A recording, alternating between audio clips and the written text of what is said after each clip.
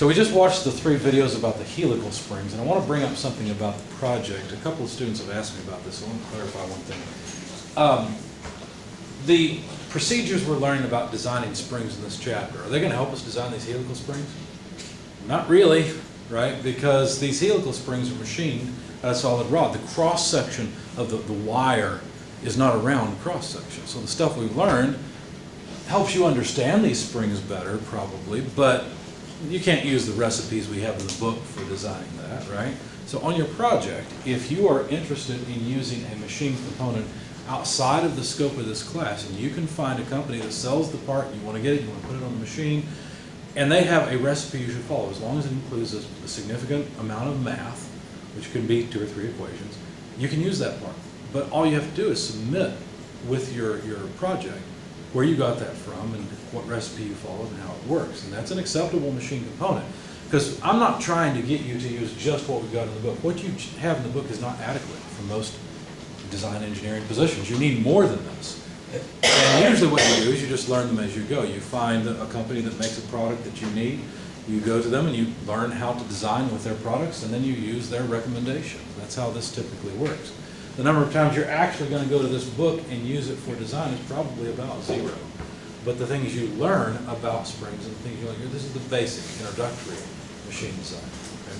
So in your project, make sure, another big hint, the students that do well on the project are the ones that come and talk to me often. In other words, the teams that come and say, hey, here's our calculations, here's what we did, critique this for us, please. And I'll be glad to. I'll show you what all that you did wrong. And most of the time, students will come to me and they'll say, hey, I'm trying to design this spring and I just keep getting weird answers. Can you help me? And I can show them where they're going wrong. It actually saves you time. And I'm glad to do that. A couple of you have realized that I'm glad to do this and have said, you know, there's no reason I should get any less than 100%. Because all I got to do is get this done early, bring it to you, tell me what's wrong with it, I'll fix it, and then you got nothing to grade, right? We're both done. So I am glad to do that for you. Questions about the project? Anything else before we go to the example problem? All right, the last video was on a torsion spring, and we'll get to design a torsion spring later, but first we'll do the extension spring design, and then a torsion spring. What are you going to ask? I was going to ask what the percentage of that final project is worth for the grade. Let's see, that should be in the syllabus. Let's see. I remember now. I put all the projects in as one. So let me clarify this 50%, because that's a lot, right? You might say, well, does that mean my final projects are? No, not exactly. It's up to me to decide how much of that 50% is going to come from the precious plastics and how much is going to come from the individual design projects. I usually put a good chunk in here. Out of that 50%, at least 20% is usually, and sometimes 30%, is the precious plastics project.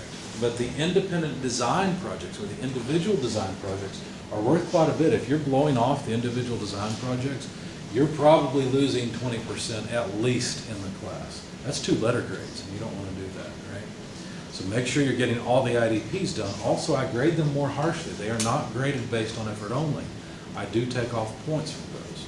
So make sure you're working on those and putting a lot of thought into it. And you're welcome to ask me before it's due if you've done it right. I'll be glad to tell you when you've made mistakes so you can get as much credit as possible.